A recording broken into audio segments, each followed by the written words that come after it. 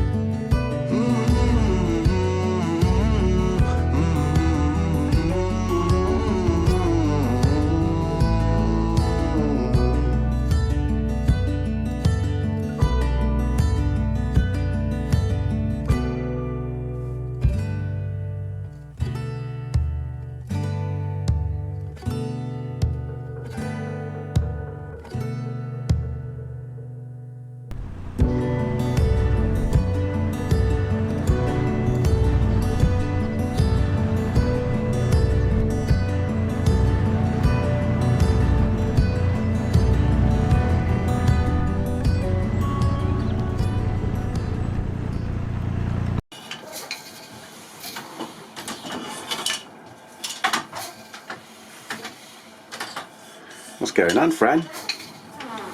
I'm weaving. You're weaving on a narrowboat. Weaving on a narrowboat. Who would have thought? Who'd have you thought? can do on a narrowboat. I think I'm going to do a whole episode of the things you can do on a narrowboat. We better not go there. But it's not any old weaving, is it? What is it? This is sari weaving, and I'm brand new to it, so I'm not very experienced. But it's a form of Japanese form of weaving, designed by a lady who died really recently, and it's more of an art form than anything else. You can be really creative with it, and the whole philosophy is that there are no mistakes. You just do whatever you feel like doing, and they say that the cloth that you weave will reflect upon your mood. So I don't know what that bit says. Yeah, that was yesterday's effort. That was what was happening yesterday. Something might have angered me yesterday. But look how gorgeous that is. And what are you making? I'm making you a scarf, because this is my... A scarf pour moi. I had a couple of lessons before we moved away, and made myself a scarf and wall hanging. I'm going to start making clothes. I'm going to start making cushion covers and blinds, and maybe that'll be cosy on the narrowboat look. Maybe if I get good enough, we'll set up at some of the craft markets on the cut, and yeah, see how we go. But people can just choose whatever colour scheme they want, whatever patterns they want, and you can just make it up as you go along. So I just think it's really exciting, really relaxing, and the whole loom folds up. So I can just folds up like a clothes horse, so it's when it's folded, it's just 10 inches wide or deep or whatever, so it can be stored under gunnels, which is great. And do you want to just undo what you've done to show the viewers? Listen to us. Show the viewers what you have made. Let's see if I can remember how to undo this. There we go. So this is a nice scarf for me in autumn colours, so I can wear it on the back of the boat and flounce around like a true thespian. Well, I've done that in only odd bits and pieces within a week, haven't I? Absolutely beautiful, look. And because there's probably bits on the edges, but that doesn't matter. That's all part of the sari philosophy, that you can weave cloth to look like it's machine made and it'll be perfect, but these bits prove that it's handmade with love. Yeah, so there you have it. Proof that living on a narrowboat doesn't mean crosswords, Scrabble and jigsaws all day. Come this way a bit, honey. There we go. Oh, look at the bags under my eyes. And look at the wrinkles around mine. It's a sign of a good life. Hello. Well. What a week. What a week indeed. We're still smiling, still absolutely loving this life, but we've learnt quite a few lessons which might be useful to anybody else that's thinking of taking on this life. So we'll talk about those in a little bit. Yep. It's been bloody blowing a gale today. Snow, wind, sunshine. It's freezing cold out there with the wind chill factor. Oh God, it must be below 30,000 degrees. But yeah, got the fire stoked up. Curry on the fire. Curry going on the fire. Glass of Little glass wine of on the wine. go, Yeah, and that's- everything is hunky-dory. Yes, England lost against Ireland, so never mind. But we've learnt a few lessons, so... We've gone from Atherstone, and now we're at Fradley Junction in Staffordshire. We've been pootling around here for a few days, up and down, in and out the locks. Gone down to a marina where we can have a pump out of the poo. Very nice too. Yeah, and back again we've had my sister and brother-in-law visit, and you've had... My son and daughter-in-law, new daughter-in-law visit. I don't think they quite get it. No. They're Londoners, they like a little bit of luxury in their lives, so... Yeah, they were happy for us, I think. They are very happy for us, and that's courtesy, that wine is from Yeah, them. thanks for the vino. But what have we learned? We've had a tough lesson, haven't we, Yes. in going through locks. Yes.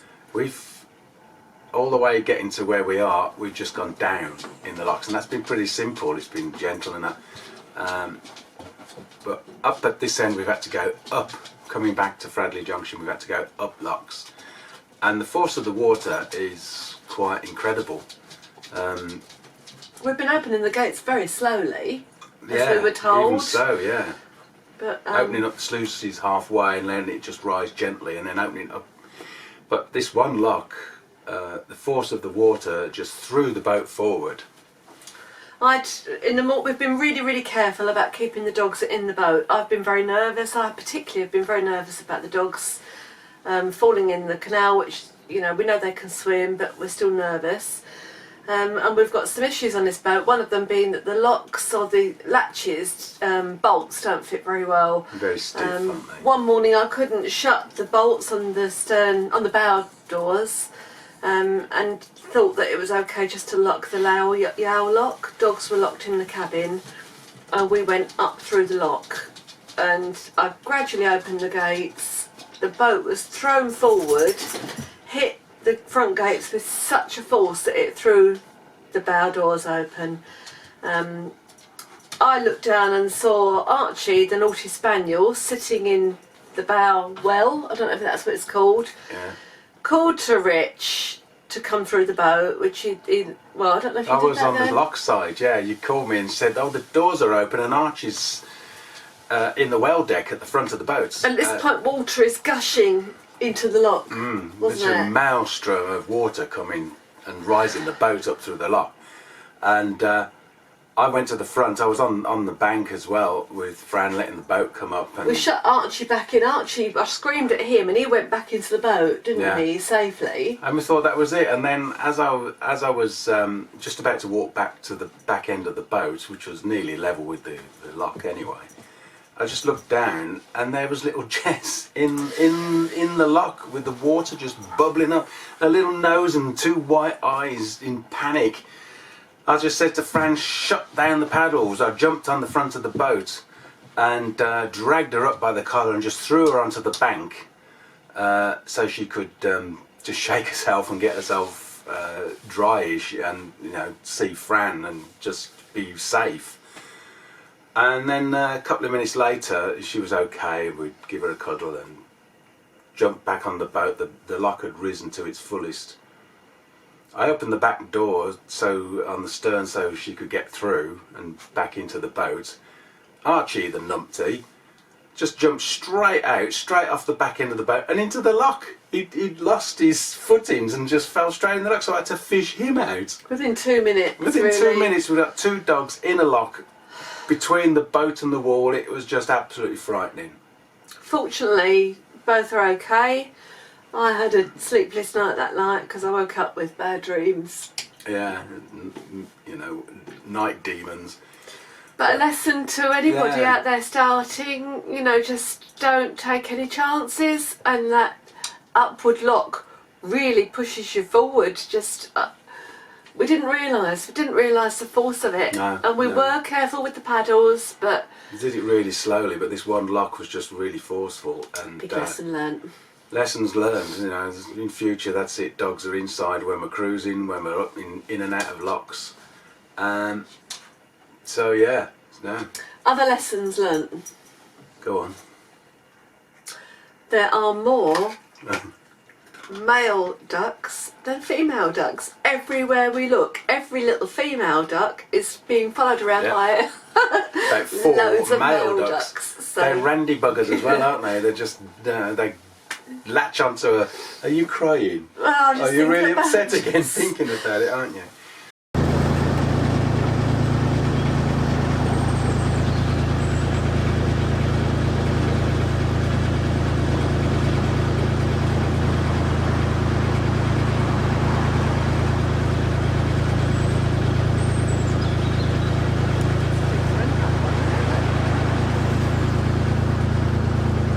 Yeah, anyway, enough about ducks.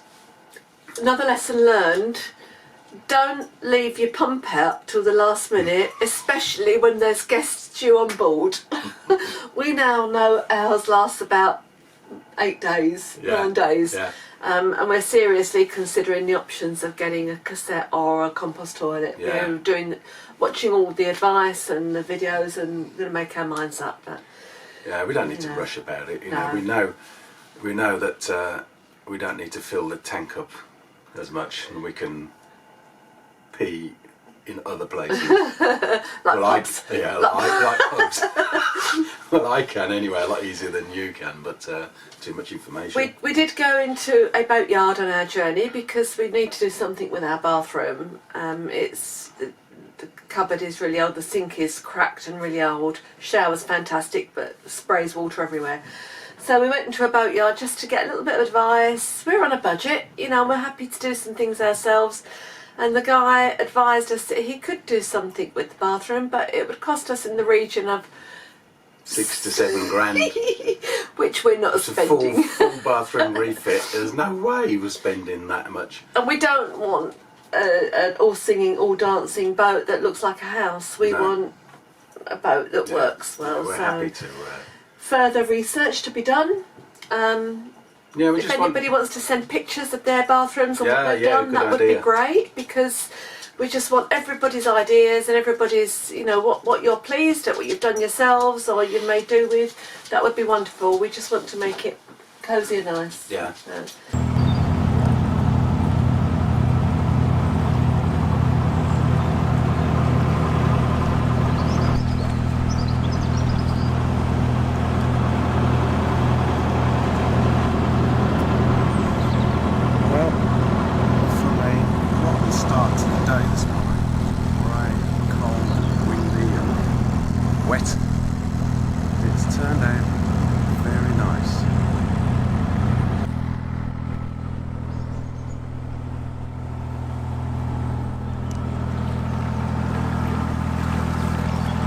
We'll do a boat run through.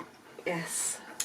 You know, when we've done a few odds and sods. But, and another thing that a few people have asked for is, because I just happened to mention bread making, a couple of people have asked for a cookery vlog. Well, we're not going to start doing cookery vlogs. I know if there's a few of those out there already, but we have a great method of bread making, which is so easy. Need-free bread making. It's, to me, it's almost, we like fresh bread, and it's almost a must on the boat. But I'm just perfecting the technique. I want to be able to make bread on the wood burner when it's burning. So once I've got that sorted out, we'll share that with you just briefly, because it's something that anybody can do. There's no magic to it. No. So that will come at some point. So what's going on next week? We've finally exchanged on our house in Herefordshire. So we're picking up the keys on Tuesday. Well, we can pick up the keys on Tuesday, but we're not going to, because we won't be there. So we're going to wait till Wednesday, Thursday. We've got to go over and have a quick look at the house, put a few things in there. And then we'll be landlubbers for a couple of weeks, I think, whilst we get the house prepared and ready for holiday letting. And then before we can come back on the boat. We'll miss it though. I don't want to leave it, really. No, neither of us do. But I'm sure when we get back to the house, we'll think, oh, it's lovely, and because it is, it's in a really special place.